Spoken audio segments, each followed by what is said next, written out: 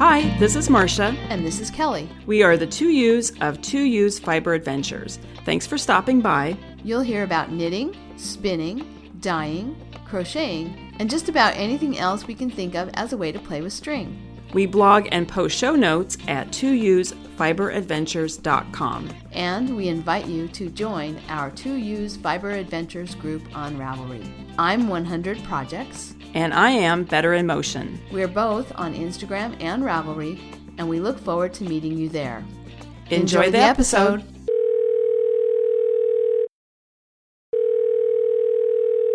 Hi, Kelly. Hey, Marsha. How are you today? I am in a sunshiny day. Clear skies.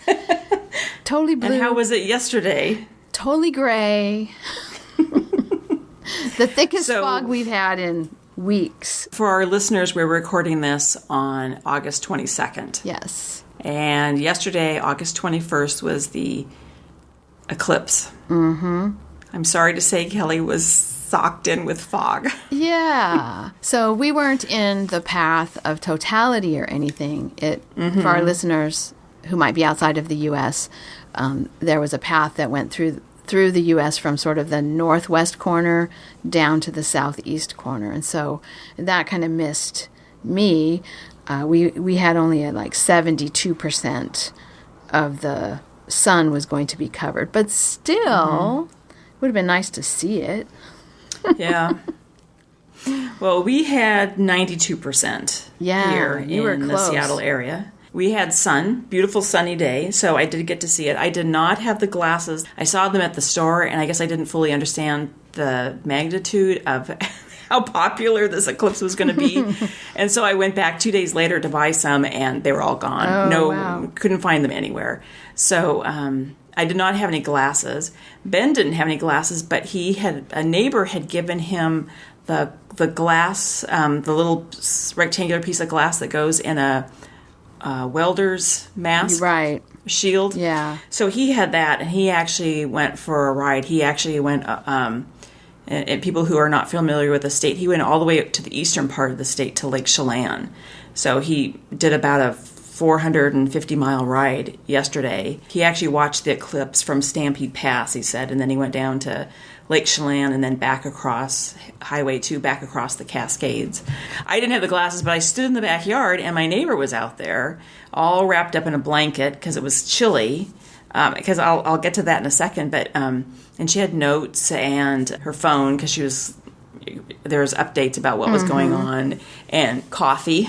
So she was sitting out there. So she actually we started passing the glasses back and forth across the fence. So that was nice. I did get to see a little bit of it. It was really interesting. But I will say, I mean, even if you couldn't see the eclipse itself, it was really interesting just to watch how the light changed. It doesn't become twilight, when the sun goes down, drops below the horizon, right? It becomes twilight normally. But the sun is still up, right? It's just blocked by, and so it still, there's, like in bright daylight, you have deep shadows, but there's this weird darkness. So you still have high contrast of shadow and light in the backyard, the trees casting shadows, but everything just becomes darker. I don't know if that makes any sense. Even the shadows become darker, and the sun becomes darker. Interesting. It's weird. And you're like on an overcast day, there's no shadow, right? Right. Like you didn't have like any shadows me. at all. Yeah, like you didn't have any shadows at all yesterday. We had shadows, but just everything becomes darker, if that makes sense. I don't know. I'm not really explaining it. And then the other thing that was really interesting, I was looking at the sunlight coming through the leaves of the tree and casting shadows on the ground, and you could see the crescent shape. Yeah. So all the sunlight, the dappled sunlight coming through the leaves of the trees made all these crescent shapes. Yeah, it's funny. Very interesting. My Instagram feed, I love Instagram. My Instagram feed yesterday was full of pictures like that with little tiny crescents. Crescents in, like, my mom's sun. She has like a sun tube that brings light into her bathroom, like a skylight, but it's a tube. And that had those crescents, and people had pictures of those little crescent shapes on the sidewalk, and some people took colanders outside, and it made all these little crescents in the shape of the colander holes. It was so fun yesterday to look at all those pictures of everybody's little crescent-shaped shadows. Yeah. Yeah, and then I mentioned about the temperature is it was I don't know, yesterday. Well, this happened in the morning, but yesterday it hit 84 probably yesterday, but in the morning it was 68, 60, it wasn't cold really, Right. but and before the eclipse started, I was washing dishes and I had put some garbage out on the back porch, the bags of garbage to take out to the garbage can and everything, and it was warm.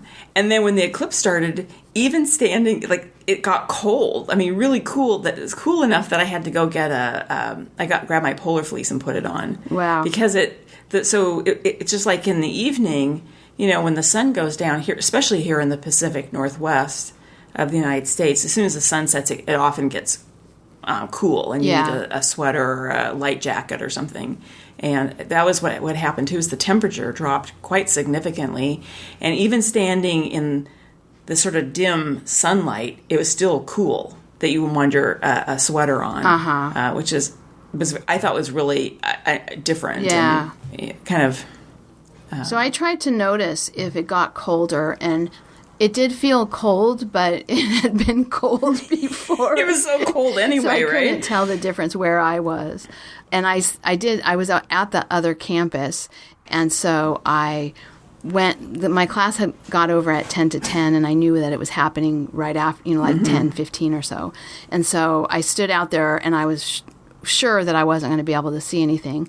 So I went back to my car, and I sat in the passenger side of my car looking south, to the south sky, just to see if I could tell a difference in the light or anything. And then I was knitting. So I was sitting in the parking lot with my knitting, looking at the sky, and then I got out to see if it was colder, and it wasn't. But I did notice that it was windy. It's like, I guess it did actually get colder in places, and that sucked the air down the valley. Yeah. So it did get colder. So, yeah, I did watch it, but there was nothing to see here. Well, and then I saw people on Instagram were posting, in other parts of the country that, it was clouds. And then, 30 minutes after the eclipse was over, beautiful blue sky. Yeah. At least ours so was cloudy all day, so I didn't have to feel like I just missed it. But, man, when I woke up this morning and saw it, and it's never clear in the morning when I wake up. Yeah. But today it was. Well, I'm just grateful that I thought it was awesome. I'm really glad I saw it. I'm really glad I didn't get in my car and drive down to Oregon with 30 million other people. I'm exaggerating. I have no idea how many people went down there, but they were predicting the traffic was going to be terrible, and they were saying you should bring extra food, you should bring extra gas, because I don't know. They didn't know exactly how many people are going to be showing up, and did they have enough fuel to get all these people home after they got down there? Right. Interesting. So I'm glad I didn't have that stress. But it was kind of cool to see. But I'm sorry you didn't get to see it. Yeah. But there'll be another one. Yeah, I know. Robert's planning. It's 8 years away, and totality actually occurs in Locksburg, Arkansas. Woohoo! Nice. I hear a trip coming up. Well, and then that not to get us even further on this tangent, but that spurred a conversation this morning with someone about how in 8 years, in April, well, that's during the school year, so how could I go? But in 8 years, I'll be 63, so I could actually be retired, which was a whole new level of horror. Well, and that's not going to happen. It's like, oh my I know, you, Kelly, you're not retiring at 63. Well, I can't imagine it, but I also can't actually imagine being 63. That was part of the horrifying things. Like, 8 years. That's all. Well, I won't say how old I'll be in 8 years. Oh, my So gosh. anyway, okay, let's change the topic because it's getting unpleasant now.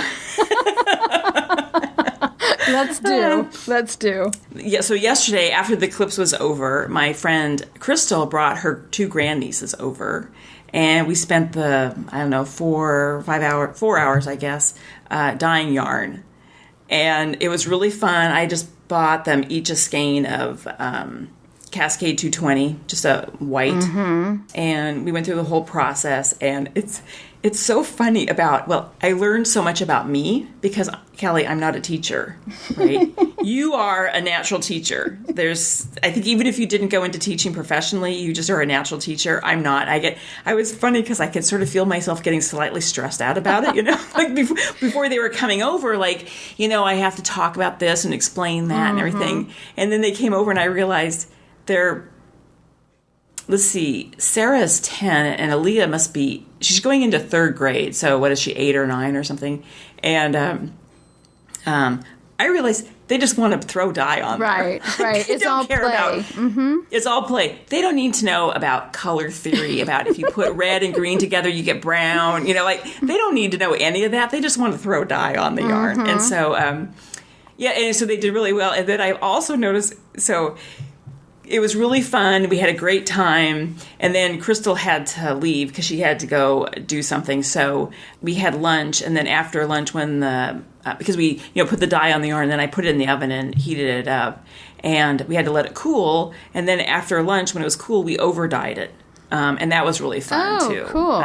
So they're going to come back, probably not this week because I have a lot going on, but next week they'll be back, not in school, but they go to the Boys and Girls Club during the day. Mm-hmm. So I'm going to pick them up and bring them back, and I'm going to teach them how to knit. But here's the thing that was so funny. I had one child, and I had a boy. I'm not used to girls, so they have a different dynamic. They talk a lot. Mm-hmm. Boys don't talk a lot. At least my boy didn't talk a lot. Also, I never had 2 children, and 2 children like to poke each other. Right. And there's a lot of sibling stuff going on. Yeah, because even if you had 2, like Ben and a friend, it's not the same as Ben and a brother. Right. Or 2 sisters. And then right, and the 2 sisters, they spend all their time together, right? They live together, they go to school together, they go to the Boys and Girls Club together. They're together all the time. And but I got cracked. The whole thing was so funny because then at the end, I had to getting ready to bring them back to their house, and I said, "Well, before you go, I want to take a picture of you with your yarn." So I had them stand against the wall, and they're doing all this posing and everything, and it started out pretty good, and then. At a certain point, one of them, Sarah, is got the yarn wrapped around Aaliyah's neck and is strangling her. And I'm like, and I, how sometimes the phone, you end up putting it on video by mistake. Yes. And it ended up on video, and I have this, but I don't know I have it on video. So, the phone's all over the place. You can't even really see them. All you can hear is me going, okay, that's enough. Because that's a good use of yarn when you have 2 sisters and you don't like your sister suddenly is strangler. Yes. All the things you can do with yarn. Oh my gosh, it was so funny. Yeah, another use for string. Oh my God, it's so funny. But we had a great time. It was really fun. Oh, that's good. And then I got them carding, and then we did some drawing and stuff. It was fun. So, so I'm looking forward to when they come back, and we're actually going to now. I look forward to hearing about your knitting class. Marsha and I had a conversation about what she should have them knit and the kinds of things, and what everyone wants to knit first is a scarf. Right? Mm-hmm. But a scarf is a really long thing that takes a long time. I mean, hardly any knitters actually like to knit scarves. Right? I mean, do you like to knit scarves? I mean, you have knitted them, but... I have knitted, but you're right. I made that one long scarf for my brother, and it was just, stockinette for endless stockinette for days. And I did my labor of love smooth scarf for Robert. Yes, for Robert, yeah. But I'm not going to volunteer to make anyone a scarf. So anyway, along those same lines, there are a few people at work who would like to learn to knit, and I've tried a couple of times to start a knitting group, but it has not succeeded. But yet again, there were people who wanted to try it this semester, so we're going to start it. But the first person who came up to talk to me was like, okay, this year I've committed myself that this year I'm going to do it, and I'm going to learn to knit, and I'm thinking that maybe you can teach me to knit and I can knit a scarf. And I said, okay, can we start with something smaller? Because a scarf takes so long. First she said, oh, because it's too hard. And I said, no, not that it's too hard. It's just you don't get any gratification. Yeah. You need a smaller project so you can be happy that you're finished. Because you had suggested a hat, and I was like, oh, I wonder how that's going to work, because you have to do. Well, you don't have to do ribbing, but that makes it interesting, and then it's in the round, and then you have to do decreases. Well, someone I was sort of wondering, I was listening to was talking about this, and this is what I thought was a good idea with a hat is, I think it was from the Fiber Town podcast, where she actually casts on and does the ribbing. Okay. And then she starts them on the hat. And so they learn to do stockinette, and then they learn to do decreases. But they don't have to do the casting on or the ribbing, and they have something to hang on to. And I thought that was a really brilliant idea. Yeah. But there's lots of other ways. I like the dishcloth idea, but lots of people don't like knitting with cotton, so that's so there are pros and cons to all of them. But it's so funny. The first thing that comes to people's, and here people don't wear hats. I mean, it's not like we have the weather where you have to. So that's not a very popular thing for people here. Well, and I had said for these girls, they have a very thick curly hair, and I don't think Crystal said they don't wear hats because they just don't fit. Right. So I don't. That's why I was thinking maybe the scarf. Yeah, I don't know. It's kind of. I should just Google teaching kids to knit, projects for teaching kids to knit, and figure out what they should make, because I think my first knitting project that when I took a class was a sweater. But right. Right. And ask me if I ever finished it and I ever wear it. No. So I don't know. We'll see. Yeah. I think one of the girls is a litty bit more interested in all this craftsy stuff than the other girl. So we'll see how it goes. Yeah. But and if they never finish them, no big deal. The other thing that was funny too is when you say to a child, like when we were overdying, you don't want to stir the pot. We're not stirring it because it can felt. And then what's the first thing they want to do is stir the pot, right?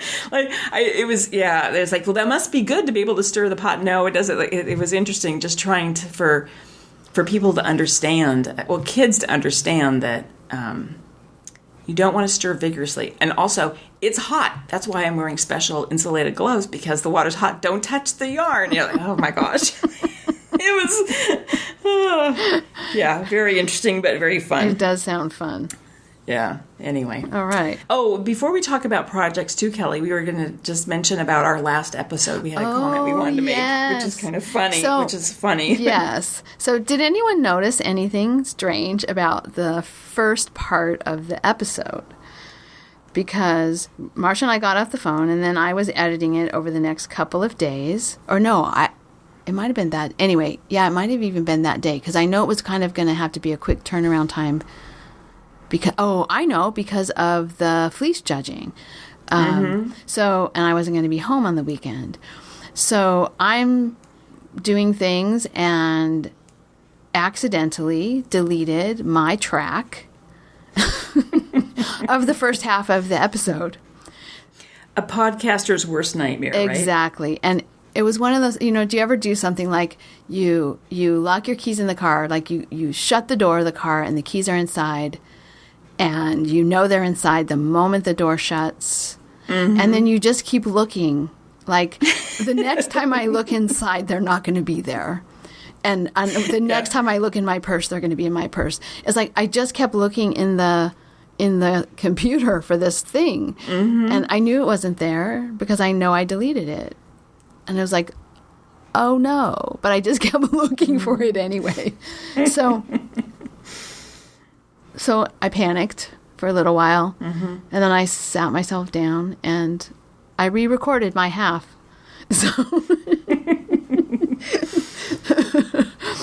So I sat in the garage talking to Marsha, only Marsha wasn't really there. It was just a recording.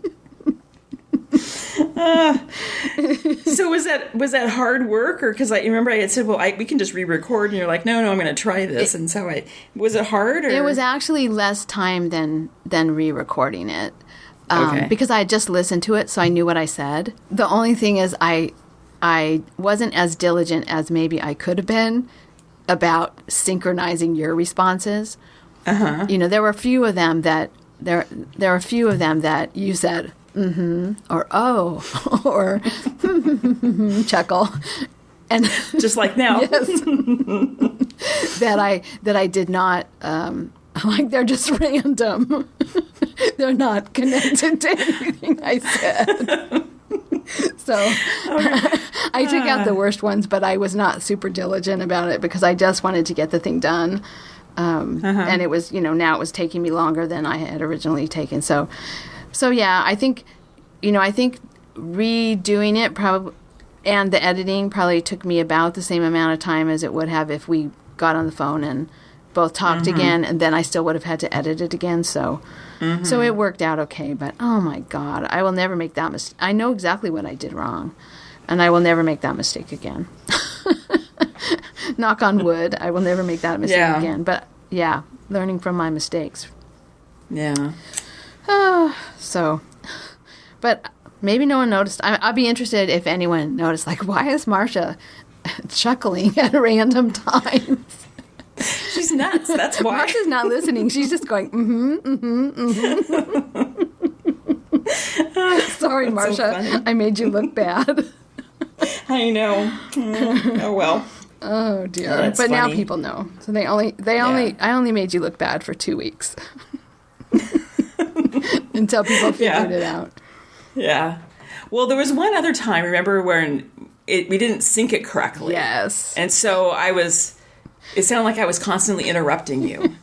Yeah. Right? Yes, I remember that, yeah. And I didn't realize that until after the fact. Yeah. So... Anyway, very funny. As I say, podcaster's worst nightmare, losing the track. So. And we've been really lucky so far. That's not happened very often. Oh, yeah. Yeah. Oh, my gosh. Well. So, okay. Projects. Okay. I have one. Well, woohoo! I have done quite a bit of work on the linen, the Summer Fjord tee in linen. But it's now taking a back burner because I have it's not a dropped stitch. Well, it was a drop stitch, and now it's just a stitch waiting to be laddered back up. And I didn't feel like dealing with it, so I put it away for a little while. But I cast on something new, and this is my main squeeze now. I'm going to probably work on this until I finish it because it's so much fun.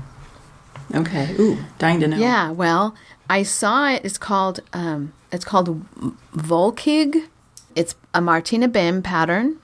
It's a cowl. Wolkig, Wolkig. And it's a free pattern. It was in Knitty. And it doesn't look like much in the pattern page, I don't think. I would never have been attracted to it in the pattern page. But when I went to the Santa Cruz Knitting Guild and gave the talk, Joanne Carroll on Ravelry, she was knitting, or she had knit one of these, and she had it for show and tell. And it was so interesting, I just could not figure it out. So you've got this straight up and down knitting, and then you've got this purl section that is biased. So it's got decreases on one side, increases on the other side, so it spirals around through your straight up and down knitting, and then it causes the straight up and down knit sections to kind of ruche or ruffle. I'm looking at it right now on Ravelry. Very interesting. Yes, the construction is like, when I looked at this finished piece and it was passed around, it's like I cannot figure out for the life of me how anyone could do this. It's like it looks impossible. And it was very pretty, and it's a small cowl, just like goes right up around your neck, but it's not tight, but it stays nicely and ruffles nicely because of the construction. And so the moment I saw it, at the Knitting Guild and got to touch it and talk to Joanne about the pattern, I knew that I wanted to use it for that yak silk that I spun during Tour de Fleece, because it's so that yarn is so shimmery and shiny, and it's so soft. And I thought, like, the little ruffly part and the swirling pearl part would just show off the shiny kind of textury yarn at the same time that it would be just a really nice yarn to be right up against your neck. Yeah, so, that's cute. And dead easy. In fact, Joanne commented to me that it's the pattern that you could actually knit in your sleep. And she's right. It's very, very simple pattern. It's the same row over and over. You just do the same row. But because of the increases and decreases and the way they're set up, it just spirals around. So, highly recommend this pattern. I'm having a lot of fun with it. And that's it. That's the sum total. That's the sum total of my projects. Well, I don't have very much. I've been working on the Twice Born, the shawl by Magdalena Lorentz.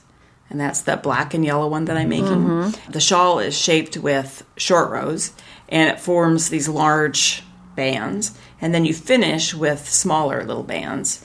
And I'm on row 3, or band 3 of 5. But I'm not sure if I'm going to have enough of the black. So I was going to sit and work on that while we were talking, but now I realized, I think I need to wait and maybe weigh my yarn or see if I have enough. So I'm going to hold off on that. And then I've been working on the Among the Shadows by Kelene Kinnersly, and that's what I was using the Stonehenge Fiber Mill Crazy. And I've used 1 ball, and I'm about ready to start my second of 3 balls. But I keep looking at it, and I can't make up my mind. You know, when you wind the ball in, or wind the skein into a ball, then you see the color repeat or pattern, and because it doesn't repeat, that's the thing about this yarn, it doesn't repeat. So I can't decide which ball I think I know which ball I want to start, but I can't decide, am I pulling from the center or am I pulling from the outside? So and I go by and I look at it, and I can't make up my mind. So I decided I just wanted to finish this Twice Born, and then I'll go back to the Among the Shadows.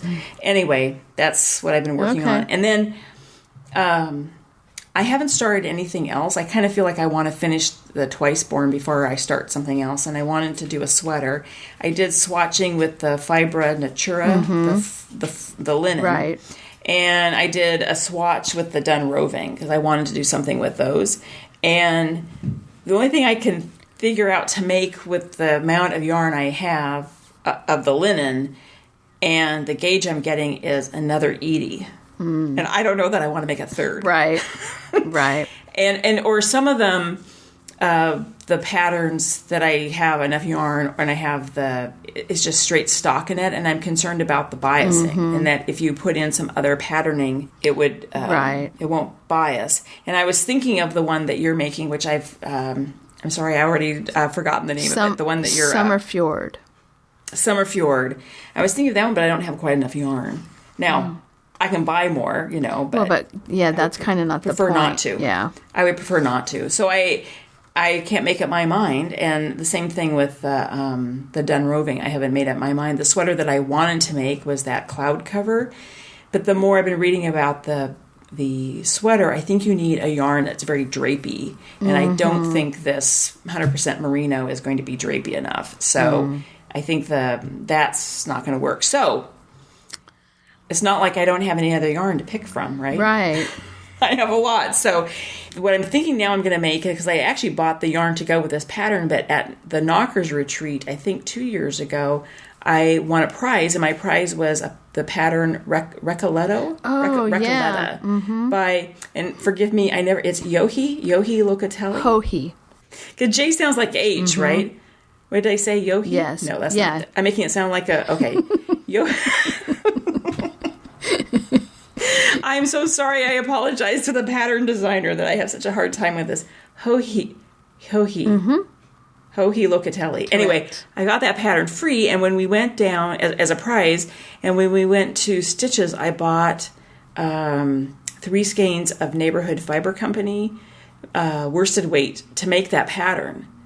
And so I thought, I think I'll just start that since it's kind of a no-brainer. Yeah. I don't have to. And I got gauge, and so I did a swatch, and I've washed it, and I'm on gauge, so I'm going to start that. Oh, good.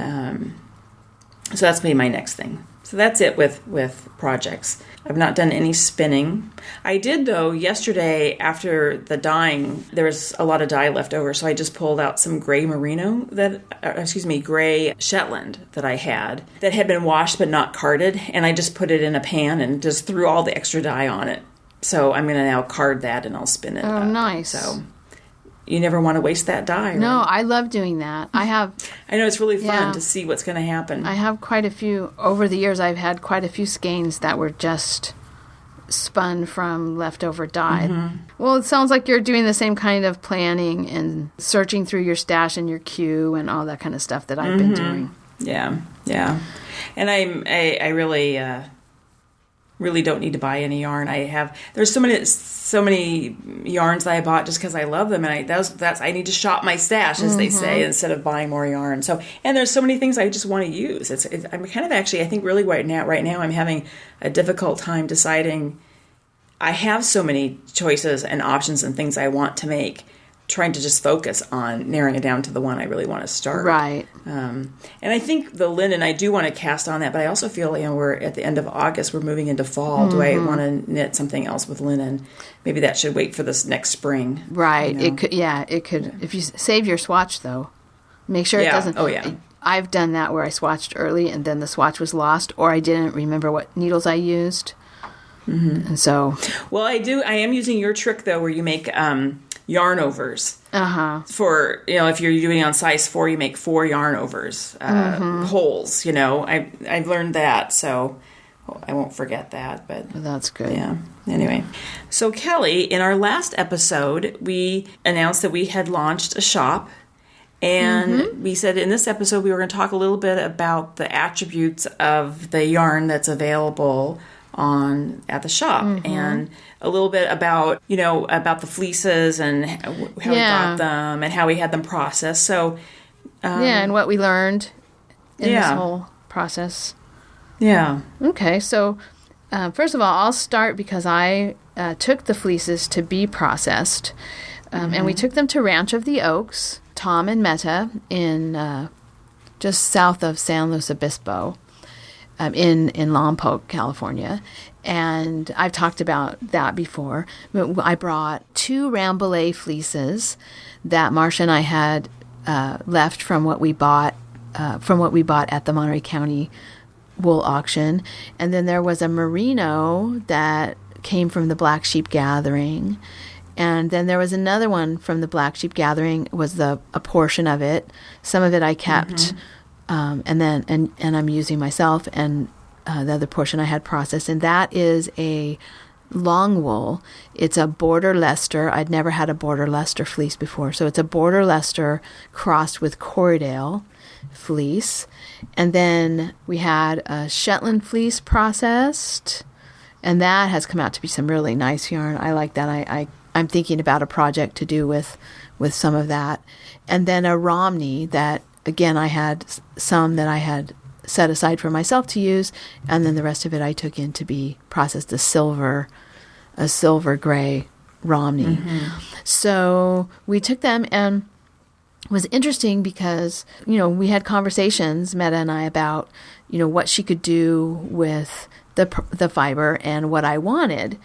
And I, because I was basically experimenting, I said, you know more than I do about what each of the fibers can do and what your machinery can do. So, I'm open to the weight of yarn that you think will be best for the fiber, and, how many plies you think will be best for the fiber, and so on. And so, and then there was one, the border Leicester, when she looked at it, she said, this is on the borderline of being too long for me to process. She said, I think I can do it, but it's right at the edge of the length. And I didn't realize that there was like a mid-range, I knew too short was a problem, but I hadn't really thought about too long creating difficulties as well. And so I knew that going in, and so I said, if you think you can do it, go ahead and give it a try. If you think you can't do it, I'll take it home. And she said, no, I think I can, but I just want you to know that it's kind of at the edge of the capabilities. So so that was really interesting. And then we waited until April to go and pick them up. Well, I mean, it took her a while to get them processed. She had other things in front of me in her line. And then Marsha came in April, and we went and picked them up. And I don't remember how much we talked about them when we went to pick them up. We didn't talk very much. We just said that we had gone down there and picked it up, but we didn't talk in detail about the yarns themselves. The processing. Well, yeah, and I just thought it was really interesting to see how the processing works and what they do.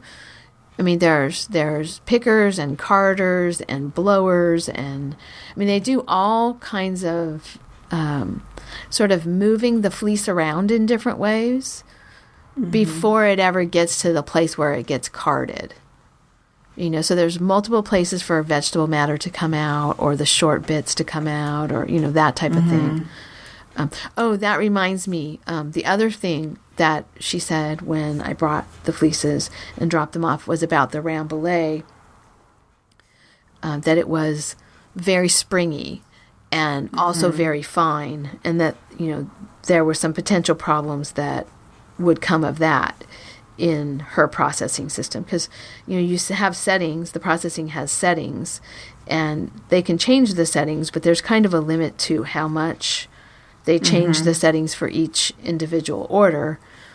And so she has kind of her range of settings that she normally uses. And so she, there was another conversation we had. It's like, I just want to see what happens. So, I'm open to how things turn out and what we get. So anyway, and the rambouillet, we definitely did get some really cool yarn out of that processing, but not what you see in because there's some rambouillet yarn out there now. There's large U.S. flocks of rambouillet that are being made into like a worsted weight yarn, and so ours is not like that. Just say. So yeah. Well, it was a fun day going down and picking it up. We picked it up, and then Kelly, let's talk about what we did when we picked it up. Well, the first thing I did after we picked it up, I don't know if this is where you were leading, but the first thing I did when we got home was wind off a little skein of each one from the cones, because they were coned, and wash them so that we could see what the yarn would look like as a skein, because coned yarn looks very different than a yarn in a skein. And you made swatches too. Yeah, I made swatches, and the swatches, that was very interesting to watch the swatches, because they changed. I think they changed pretty dramatically depending on, that's too extreme to say dramatic, but depending on the size needle. It really it felt nice, but it looked different depending on the needle size you used. You know what I'm saying? Yeah. You remember? Well, I'm sitting here looking at one right now. This is the Border Leicester Corriedale Cross. I think it has a dramatic difference. I have a swatch of size 4s, and then I went up to 6s. And the size 6 just looks so much better. It just has room to spread out, Yeah. Even though it's a thin yarn, I don't remember what weight it is, but it just... I would say, Kelly, it has room to show off. That's better. Yeah, it has room to show off. Yeah. But I thought that was really fun, making the swatches. I was pretty determined to get swatches made as soon as possible, because I wanted to see what it was going to look like. It was just such a fun experiment to have all this yarn made. Yeah. And so the Merino swatch, I'm looking at that one right now. I swatched that one in 2, 4, 6, 7s, size 7s. And it is gorgeous. Gorgeous. So if you love Merino yarn, I always kind of feel like Merino is so common that you're not really doing your part for World Fleece. If you buy and knit with Merino. Not that I don't do it, but it doesn't feel as virtuous. Yeah. But this is like Merino from a single sheep. sold at Black Sheep Gathering from a small shepherd, and so you can have your cake and eat it too, kind of. Yeah, we're feeling all smug in our virtuousness, right? Right, that's right. I'm so smug. I'm sipping my small batch distilled whiskey and knitting on my small batch merino yarn. Yeah. But it turned out really pretty. A nice soft halo, and the yarn is not super, super even and consistent, but the swatch looks very consistent, which, again, is the same thing I've said about handspun. We've both said about handspun a lot, and it's true of this, too. Yeah. I think, there are places in the merino where it's a little fuzzier, along the skein. The spinner gets ahead of itself a little bit. But I just knit through those pieces. Or the other thing that you could do is just pull it off and spit splice it back together. But it does. It looks beautiful. The swatches. I must say myself, that swatch looks pretty good. And then the Romney, the silver gray Romney, the thing that was interesting about this one is how silky it is. Because Romney is coarser. But this one spun up to be a really silky, kind of silky, drapey feeling yarn. And that's the way it is when you hand spin it too. But I don't know, there's just something really nice about the shininess of this Romney. And I have to admit, I have not spun any of the Romney that I saved out for myself, so I have nothing to compare it to. But I like this how silky this Romney is. And again, it's another one of those not outerwear, cardigan, sweater type durable yarns. So do you want to talk about the dyeing? Oh yeah, let's talk about the dyeing. Because that was fun. Because that's what I did. The first night we got home, I washed them, and then the next morning over breakfast, I swatched. And then we went and did some dyeing. And then we went a little crazy. I'm going to back up and just say one of my favorite things about picking up we picked up the yarn and we brought it back and we had how many cone after cone after cone of yarn sitting on the dining room table. And if there's anything, I can't think of anything better. Let me think of things that are equally as nice as having cone after cone of yarn sitting on a table is bread fresh out of the oven. That's good. Yes. But seeing that yarn was, Yeah, it was very cool. It was very cool, yeah. So what we did is we wound off 100-gram skeins, and then we dyed. And that was fun. And I don't know how many we dyed that when I was down there. I don't know, probably... 15? Probably something like that, yeah. It was so much fun. I'll tell you that's sometimes you have those moments that you get kind of lost in something and you forget that it's lunchtime that's how I felt that day. Yeah. With the dyeing, you get so wound up in the fun of it that you just kind of lose track of what time it is, and it's like, oh, maybe we should go start dinner, that kind of thing. And so it was really fun. Yeah, well, and it was the first time that I had done any dyeing in the setup in the garage with the lab tables that I have and stuff. So that was nice. Yeah. It felt like a pretty nice setup.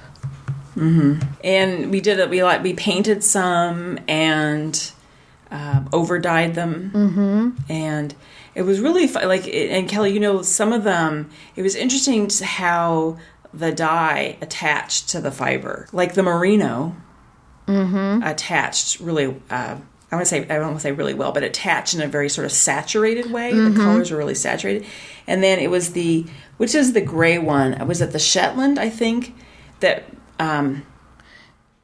Which is the shiny one? The Romney is the really shiny one. The Romney is the one that it was interesting how it attached.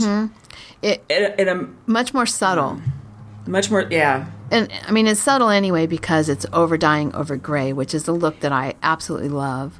Yeah. But it was much more subtle than the overdying over the merino. And then the Shetland, there are certain colors when we overdyed over the gray Shetland that is like the color just absorbed into the Shetland and made it darker gray. Even though it was a color, it just like soaked it in and made it darker. But you couldn't really, I mean, there are some that you can tell the colors, but they didn't come out the way I expected, or that makes it sound like they didn't come out the way I wanted. It was interesting. Like you said, it was interesting. All three of the gray yarns took the dye in very different ways. Yeah. And then we didn't do anything that was really repeatable, so it's not like we did the same dye job on all three Well, we skeins. did take notes, remember? So, yeah, we can say full disclosure, we started out really good. We had notebooks, and we made notes, and we measured, and we made really, really detailed notes of what we were doing. And by the end of the day, it's so intoxicating. We were like, for me anyway, I'm just like, let's just throw some dye on there and see what happens. We were like your two little friends that you... Yeah, we were like little elementary school children. Yeah. Yeah, super fun. Well, and one of the other things that I wanted to talk about in terms of the attributes of the yarn, and something interesting that I learned, is about plying. Most of the time when people spin, they spin Z and then ply S. So Yeah. Z is counterclockwise, but another way to think about it is if you look at the slant of the fiber or the ply, it's slanting in the same direction as the middle part of the letter Z. And then there's S, which is clockwise. And again, if you look at that, if you look at the plies, or the fibers, it's turning with a slant. You know, the slant of it is going in the same direction as the letter S. So what would that be, a backslash? And the other one would be a slash? I don't know for sure. I get those Backslash versus forward slash? Yeah, I get those mixed up. But the backslash is the S direction, because that's the way the S, middle of an S slants. And the forward slash, leaning forward, is the Z direction, because that's the middle of a Z. Anyway, so that's how that's how spinners describe. I think that's wrong, Kelly. I'm drawing a picture of an S. I think an S is like a backslash. You're right.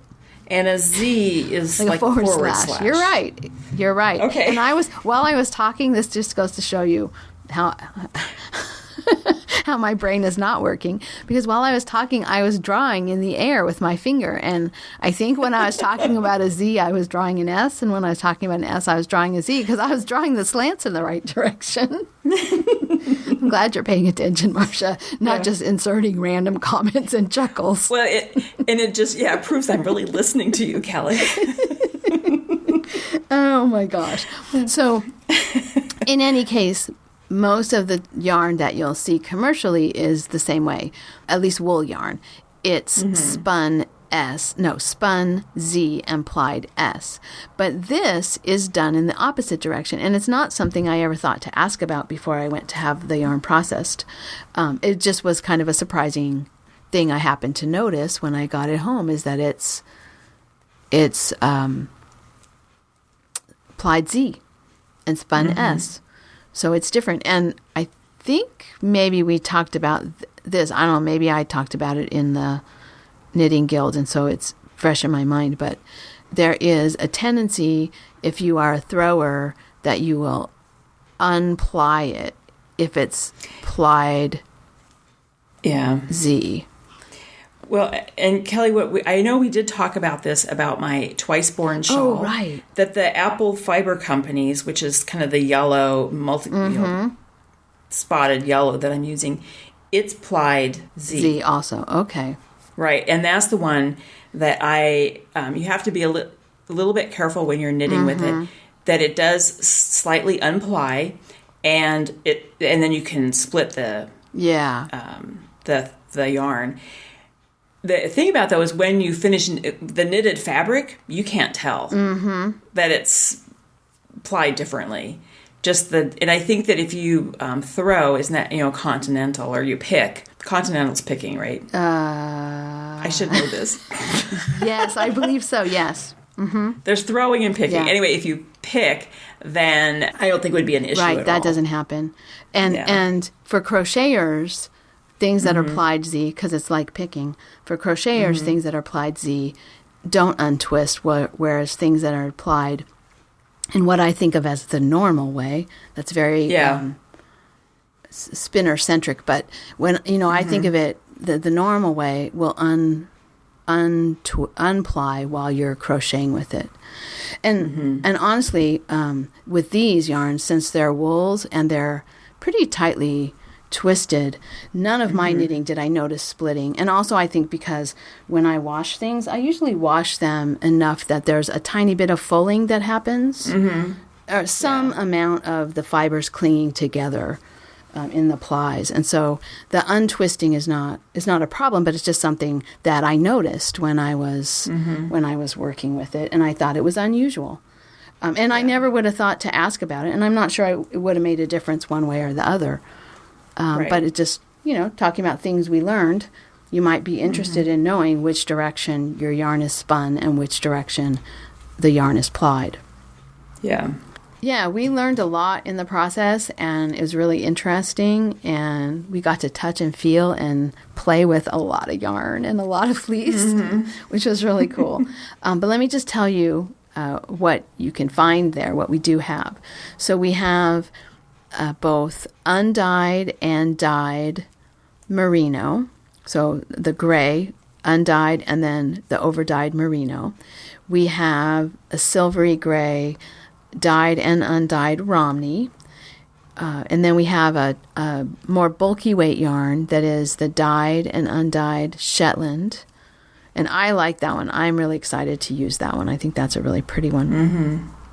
And then we have the white fleeces, the Rambouillet. So we have both dyed. I don't think I have undyed Rambouillet in the shop, just the dyed Rambouillet in the shop. And I didn't really talk about this, but the Rambouillet, because it's so short and so springy, has the same kind of problem that I talked about with the Santa Cruz Island that I was spinning, where it boings back onto itself. And so it creates, in the carding, it creates neps. And then in the spinning process, that makes the spinning process harder.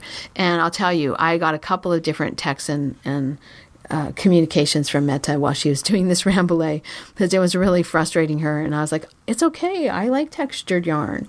And she was like, oh no, this is not coming out. I don't know if I can do this. And I said, no, it's fine. I don't mind textured yarn at all. So it's a textured and very bouncy yarn. And we have that. It's about worsted weight, I think.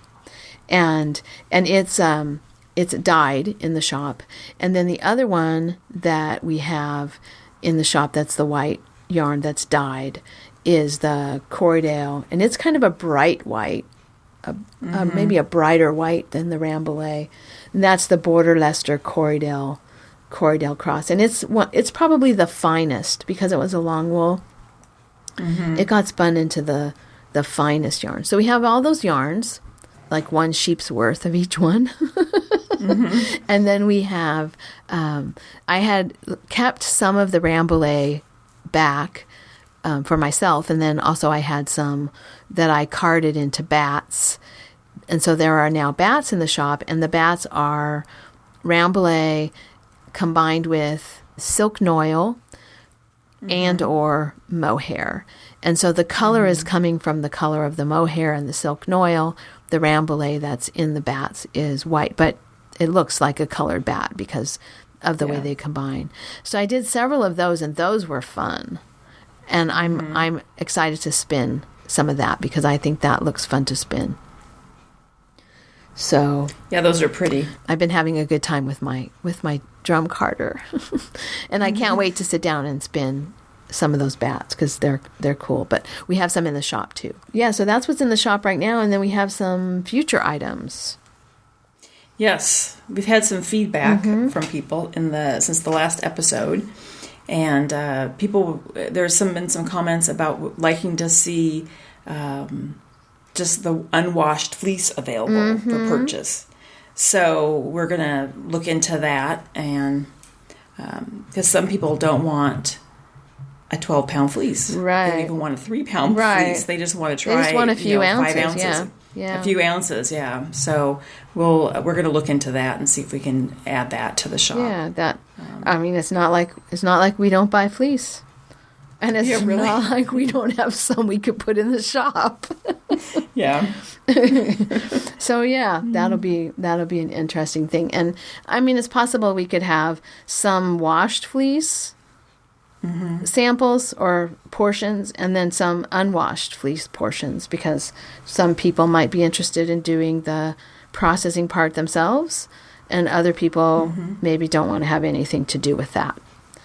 Yeah. And so we have some future things coming up, potentially. Yeah. So we did a drawing of people in our group, and the name that we drew.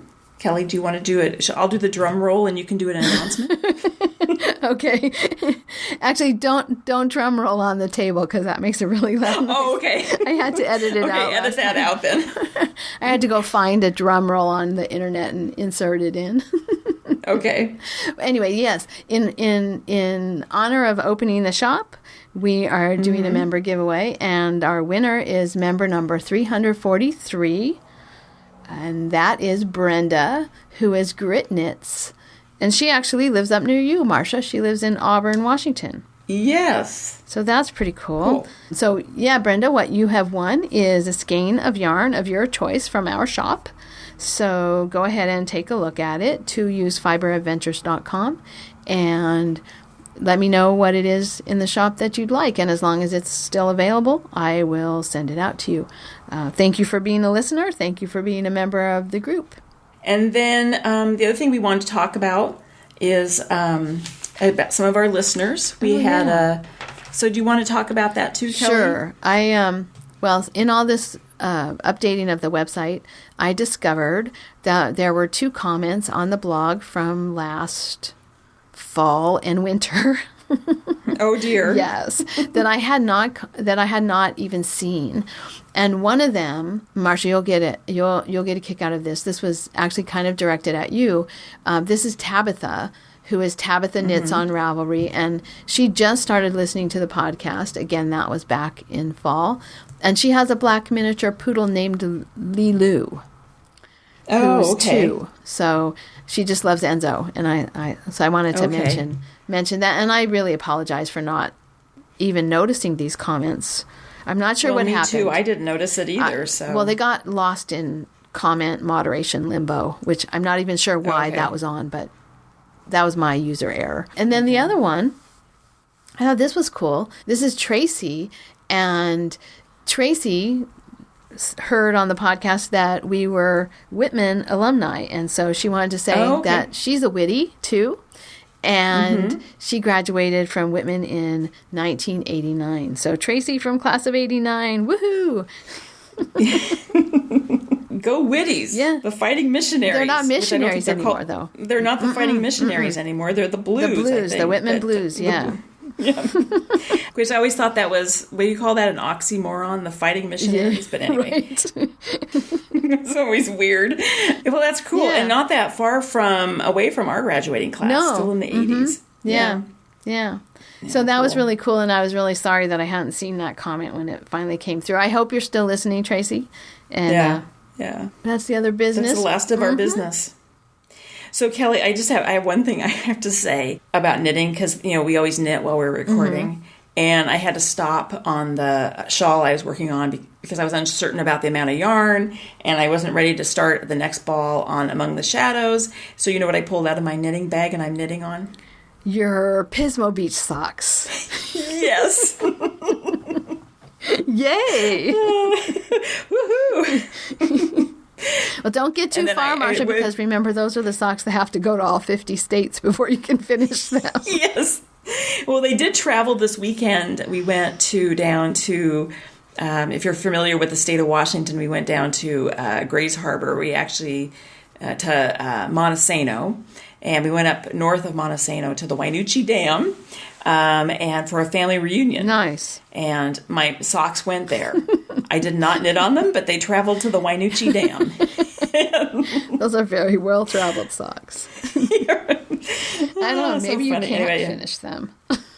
Yeah, no. Maybe I can only knit. Maybe I should only knit on them when I'm in another state. That's my rule. I don't know. Anyway, funny. So, anyway, I think that's it, right? Okay. That's it for now. Next time I talk to you, I will have been at the fair. I think. And we'll know what you bought. Yeah, I think so. Well, and we'll know about your yarn too, if you want a prize. Oh, I know that already. Oh, you do? Yes, because the judging was last weekend or the weekend before last. Oh, okay. Yeah, I actually do know about that. How could we not talk about it? I don't know. I Kelly? forgot.